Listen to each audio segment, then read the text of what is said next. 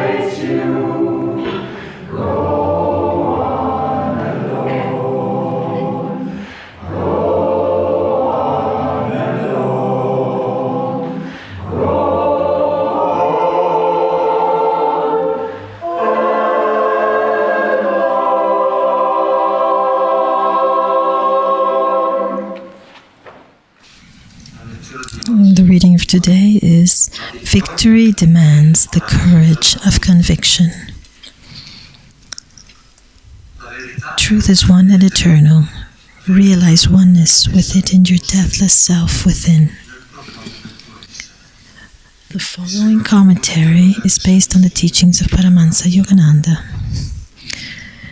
Jesus Christ said on the Gospel of St. Matthew, chapter 10th, "Think not that I am come to send peace on earth.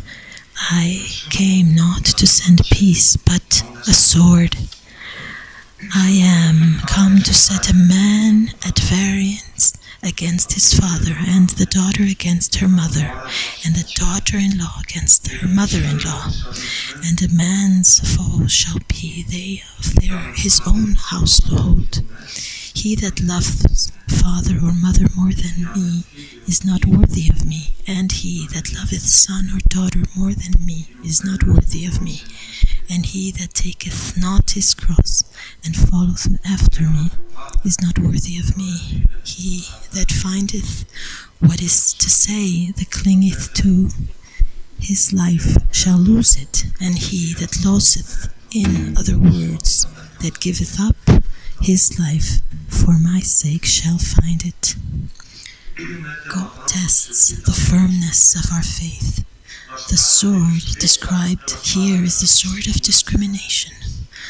The struggle Jesus describes is not a war against unknown enemies, but the struggle with our own attachment to all that is nearest and dearest to us. Humanly speaking, ultimately it is a war against the ego itself and against anything with which we surround ourselves to bolster the ego's fragile sense of security. When Yogananda as a boy fled to the Himalayas to embrace a life of solitary meditation, he was apprehended by his older brother Ananta and brought him home again. At a certain point before he would accept defeat, he whispered to his friend Amar, his companion on the flight, "Let us slip away. When opportunity offers, we can go on foot to Rishikesh." But Amar, whose brother had accompanied Ananta, had turned pessimist, declaiming any intention of continuing their adventure. Yogananda's memorable comment on Amar's refusal was, he was enjoying the familial warmth. The spiritual warrior rejects that familial warmth. Rather, he claims the whole universe as his home. As the Bhagavad Gita puts it in the 14th chapter, unaffected by outward joys and sorrows, or by praise and blame, secure in his divine nature, regarding with equal gaze and clod of mud a stone and a bar of gold, impartial towards all experiences, whether pleasant or unpleasant, firm-minded, untouched by either praise or blame, treating everyone alike, whether friend or foe, free from the delusion, and in anything he does, he is the doer. Such and one has transcended nature's triune qualities. Thus, through holy scriptures, God has spoken to mankind.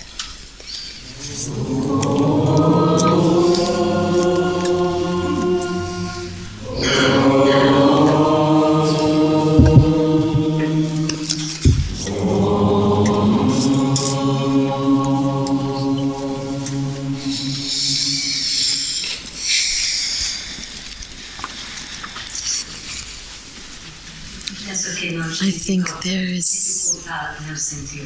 there will not be difficulty for you to hear me. I had invited today special people that I just came back from 2 pilgrimages, one on the Santiago path in Spain, starting from Avila and going to Segovia. And when I was there, I invited Saint Teresa and Saint John of the Cross to come back with me to talk to you. Then a group of pilgrims from our Ananda Center in California came, and they also did their path of saints, mystic saints. And they also visited St. John of the Cross and St. Francis and St. Clare. So we also invited them to come today here. And our masters as well, and in a special way, Jesus Christ and Yogananda. I also invited a little devil to come. And there was an apprenticed little devil. It's his first day, and his boss asked him, "You see, there in Torino there is a very spiritual man, and he wakes up every day at 4 o'clock in the morning and does 3 hours of meditation, and it's for many years now. Now we're a bit worried because John is realizing himself. He's almost arrived to illumination. So the devil says we have to do something about that." So you, little devil, have to go there to Turin and block this. So he says, okay, that doesn't seem so difficult, the little devil says, and goes there. And while he is there, he looks at the whole situation and sees how the house is. And then he realizes that next to his bed there is an alarm clock. And so he says, okay, I'm just going to sit here and I'm going to block the alarm clock so that way it won't go on and won't wake him up. So the next day it's 4 o'clock in the morning and the alarm clock doesn't go off. So John doesn't wake up. He wakes up at 7 and he already has to go to work. So he can't meditate that day. And the little devil is so happy of himself and goes back to his boss and says, okay, I did it. And the boss, the devil says, oh, that's not so. We have to go and see John. And what does he see? He finds that John, because he could not meditate that day, during the whole day is thinking about God. When he is working, he's singing to God. When he's walking, he's praying and singing to God. And he's always asking God to be present in his life. And instead of only doing 3 hours of communion with God, he does 10 hours of practice. And the devil says, you see, it's not so easy. So, what is the moral of the story? There are many things, but I would like to focus on one thing. That when we are determined in whatever path, we can expect to be stopped, because there is a force. There is the force of Maya, of illusion, of negativity that does not want us to get close to light. When we are not determined, when we are satisfied only with little bits and pieces of life, crumbles with a good car, a house, then the devil doesn't take care of us. He's not interested. But as soon as we decide to get into a serious path, then this force starts to awaken and puts the difficulties in our path. It tempts us, it opposes to us. And this is the story of every saint and of each one of us. Whoever is determined to do something important will be opposed. There is the fastest man on earth. Who knows who he is? The fastest is Usain Bolt. And he runs 100 meters in less than 10 seconds. And we think of him as strong, healthy, physical body. And in fact, he has a very strong scoliosis in his back. And doctors had told him he could not run. And he is the fastest man on earth. Who is the wealthiest man on earth? Bill Gates. It depends on the day, on what day it is. Today it can be Bill Gates, and tomorrow it can be the Amazon owner. So Bill Gates, his first activity, his first business did not work. And he lost everything, and he had the courage to go ahead. The most famous actor in the world the writer. The writer is Harry Potter's writer. How many people have said no at the beginning? 12 publishers did not want her book. And now she is the most well-known writer. We can expect to be obstacled, or when we want to do something that is big, we can also expect to be tempted by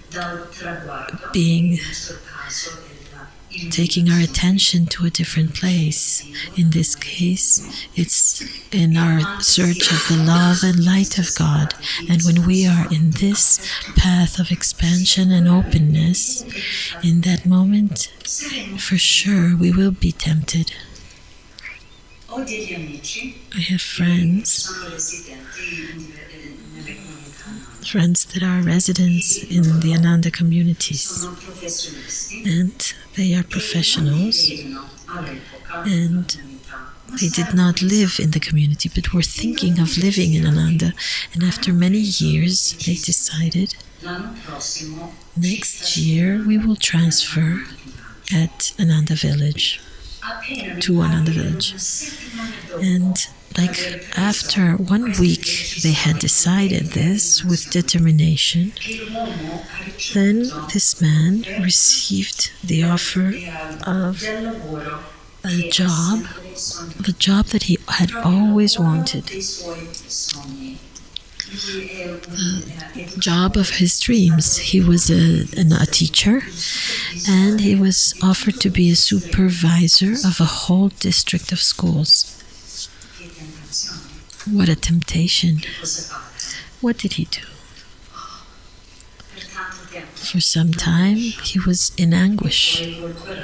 And then, with courage, he decided to take the path towards God and not towards satisfaction.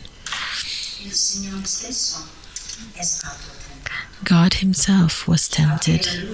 As soon as he started his mission, he was baptized. He was walking in the mount to purify himself, and what happened? He was tempted. It happens in a path of love that there is a moment where something awakens in us, this incredible love. And in that moment, inevitably, we are tempted. This love is that something that comes from someone. We take this openness of our heart and we put it towards someone. We identify it to someone instead of understanding that it's the love in ourselves that is awakened, and it's not personal. It happens to all of us. So when we really are determined, we will be blocked, we will be tempted, and we will also be opposed. In the reading today, we listened to the words of Jesus that are very interesting, because he says that our enemies are those that are in our home, in our family, and that he came not to bring peace, but to bring a sword to put in contrast between son and father, daughter and mother, and so on. It is interesting, especially that at the beginning of our spiritual path, we are contrasted, put in a position of our own people. We see it in the life of Jesus when he was 12 years old, and they came to Jerusalem to the festivity of Easter, and the family, together with others, left And this boy, Jesus, stayed. And he was in the temple discussing with all the sages of the temple and rabbis. At one point, Mary and Joseph realized that Jesus was not with them, and they go back to look for him. And Jerusalem was not a small city at that time, so we can imagine the anguish of these parents looking for this child. Then when they found him, they expressed their frustration and they were angry. And what did Jesus say? These are the first words in the Holy Scriptures. Before of all his teachings, at 12 years old, he gave his first teaching to his parents and says, "You are my parents, human parents, earthly parents, but I must realize the work of my Father that is in heaven." And at that point, inside of him, he had renounced to the attachment towards the parents and tried to unleash this attachment that they had for him. We see this as well in the life of St. Francis. He had a very light and mundane life, as whoever young man of his time. But then, after much anguish and tears, he listened the voice of God, and he said, "Francis, look at my church, it's metal sound. From that, you have to reconstruct my church." And he tried with his own hands to reconstruct. And what he did, you see, something is happening. It's just and so he constructed the Presiuncola, and his father had decided to take away his inheritance and not recognize him as a son. And Francis, in front of the priests, said, "Father, you're not my father anymore. My father is in heaven." And he renounced to his family. And in fact, the rest of his life, he was completely alone. And our Yogananda found himself in the same situation. We saw that with Jesus, as well as Jesus, Yogananda's father was a direct disciple of Lahiri Mahashaya. He was a man that merited.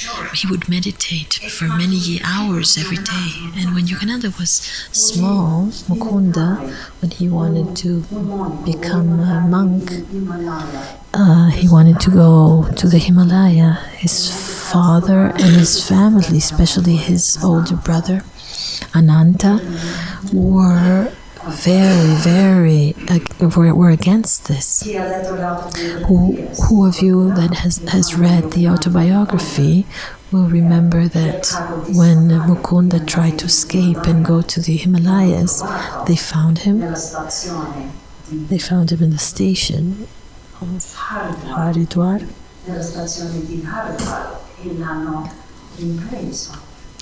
And they brought him back. And Yogananda knew inside of himself that what God wanted from him. His father, even if he was a disciple and would meditate, wanted him to marry and had organized the wedding. He had organized a reading of his astral reading And what did Yogananda do? He burnt it. This is not me. And gave this girl that was supposed to be her wife to his cousin. And when Yogananda had the vision of America, of all the places and of his disciples, he went to his father and asked for his blessing. The father said, "No, you cannot go. Please stay here. You have to stay here close to us, close to your family. You could do something for God, but here, close to us." And we can see how common this attachment is, what parents and family has. I want to read to you a poem of Tagore.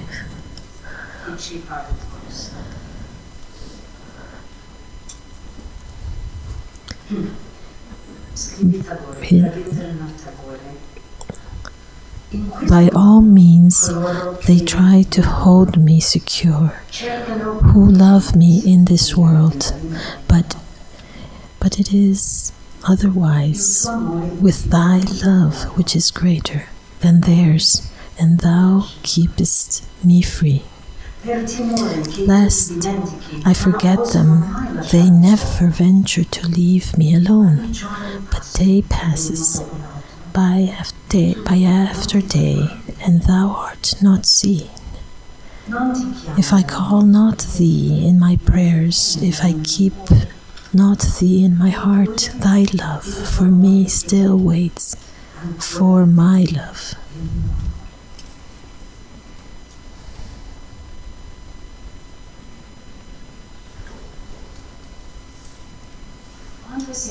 When we are determined to find God, to expand our capacity of love, we will be opposed. We will find this contrast. We listen to this song of Swami Kriyananda. Kriyananda writes, "Walk alone like a man, even if you walk alone. Why do you look for others if you know the road? If everyone goes back home, you know your goal, what it is, go alone in this road." And it's curious, the contrast that our brothers in our spiritual path can put, because God tests us in every way to test our determination, if we want Him or if we want the world. The story of Saint Teresa of Avila. It is a wonderful story. I cannot tell you one little drop of this whole story, and really read her books, The Path to Perfection and The Interior Castle. Teresa of Avila was very much opposed by all the other nuns in the convent that wanted to stay in the same type of life they had. It was a life in convent, but very mundane. There was a living room where the nuns would receive their parents, their family members, and even friends once a week. It was a real distraction. And Saint Teresa, after 20 years of interior anguish and doubts, felt the voice and saw Jesus Christ. and found the arrow of his love in her heart. And from that moment, she was determined to reform.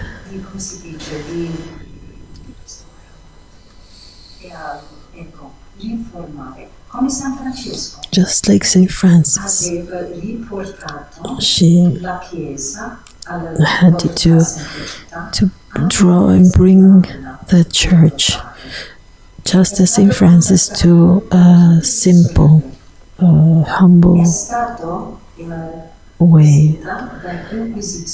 And she was tested by Inquisition 5 times before writing her books. Before the Inquisition, she was a mystic. They did not want that.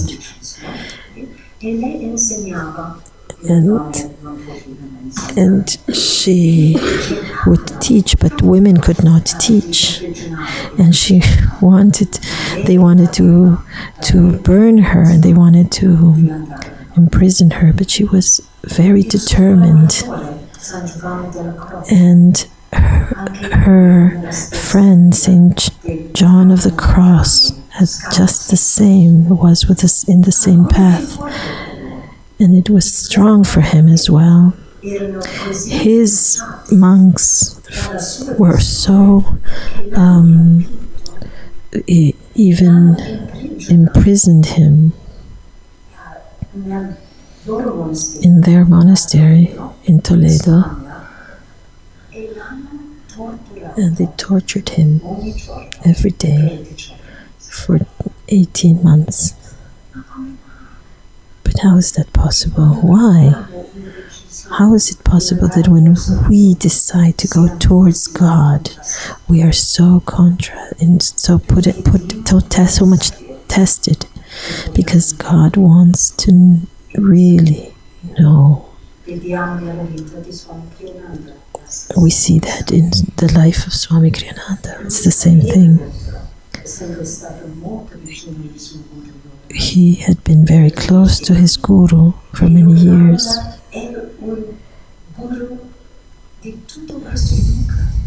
Yogananda was a guru of this yoga, of the Dwapara Yuga, and his mission was for the world, not only for some monks or some nuns. And when Swami listened to a discourse from Yogananda, and we see this scene in Finding Happiness in the movie, he said inside of him, he realized that he promised to concretely create this vision of Yogananda, the creation of spiritual communities. He was contrasted by his monks, friends, and he was asked to leave from SRF without the possibility of having their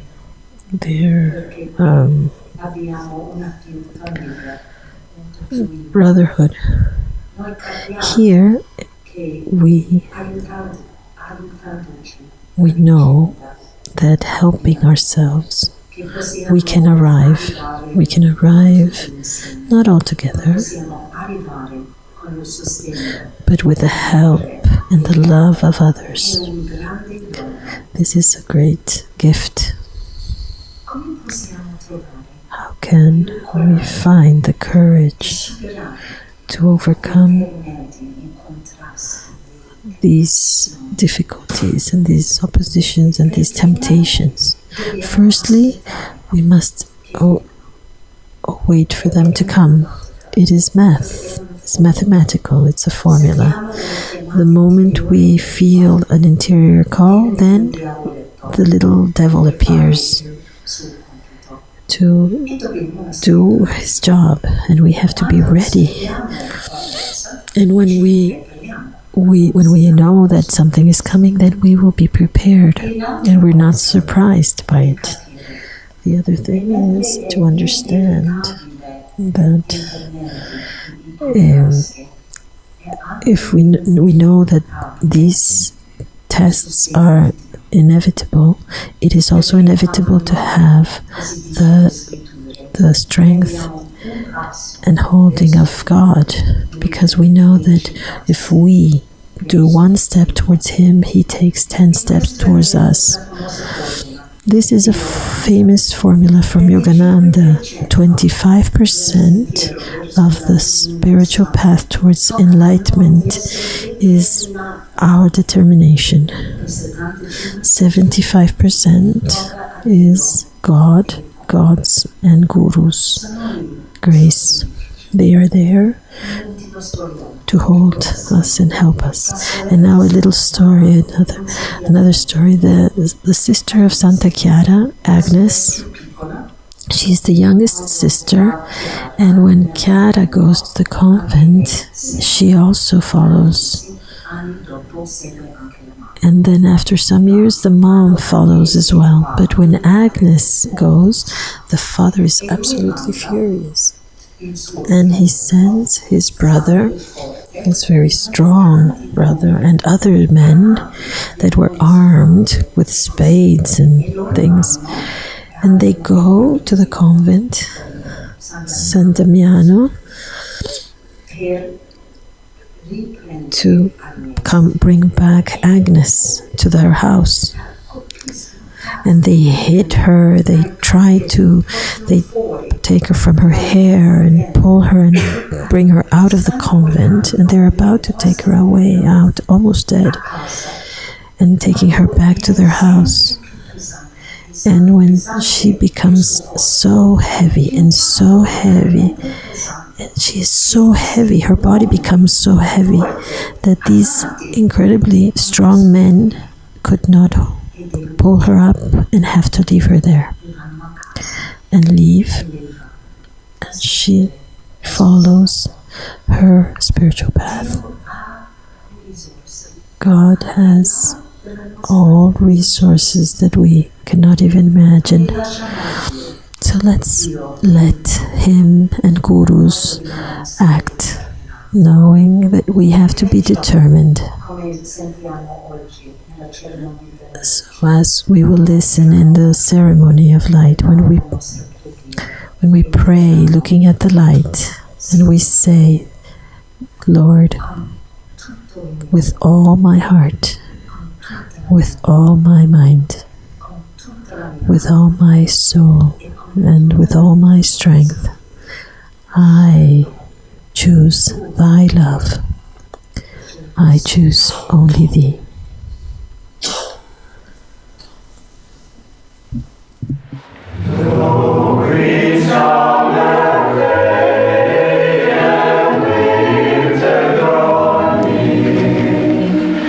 My Lord.